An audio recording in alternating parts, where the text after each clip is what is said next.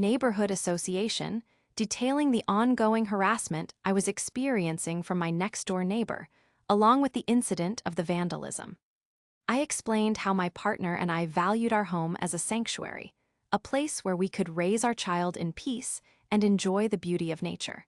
Our yard was our haven, filled with wildflowers and buzzing bees, a stark contrast to the manicured lawns of others, including my neighbors.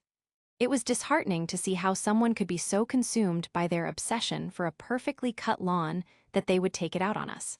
I recalled the many mornings I had awoken to the roar of lawnmowers, their blades chewing through grass and leaving me with a headache before I even had my coffee. I thought back to the day when he had stormed over to my home, fists clenched, shouting about ticks and Lyme disease, blaming me for his dog's escapades into our yard. I had felt helpless then, especially when he had yelled at my elderly mother, who had never done anything but show kindness to everyone, including him. My heart raced at the memory of her confusion, her apologies spilling from her lips while he raged on. This time, I felt a fire igniting inside me. I refused to be a doormat anymore. I took a deep breath and decided to take a stand. I was not going to let anyone bully me or my family. The next morning, I woke up early and crafted a plan. I would gather evidence of the harassment. I set up my phone to record any future confrontations, ensuring I had proof of his belligerence. As days turned into weeks, I documented every incident, every threat, every moment of intimidation. I even reached out to a few neighbors who had witnessed his behavior, asking them to be my witnesses if needed. I knew it was only a matter of time before I would confront him with my findings. Then one fateful afternoon, as I stood in my yard, I saw him marching toward me, his face twisted with anger. I could feel my heart pound in my chest, but this time, I stood tall.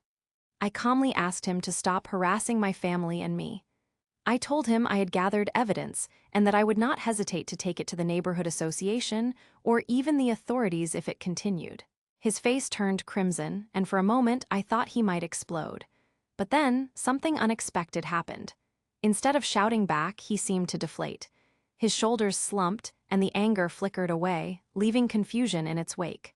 To my surprise, he muttered something about just wanting a nice neighborhood, and as I looked into his eyes, I saw a glimmer of regret. It struck me then that perhaps he was simply projecting his own insecurities onto us. I realized that in his quest for control, he had lost sight of community and kindness. I promised to keep my lawn tidy, not for him, but for my own peace of mind. He nodded slowly, and I could sense the tension easing between us. In the following weeks, I took to trimming the edges of our garden, allowing the wildflowers to flourish while maintaining some semblance of order. I even invited him over for coffee one afternoon, hoping to bridge the gap that had formed between us. It turned out we had more in common than I had thought, and slowly but surely, the belligerent neighbor transformed into a reluctant ally. I learned that sometimes, standing up for yourself could lead to unexpected friendships, and that revenge was not always the answer.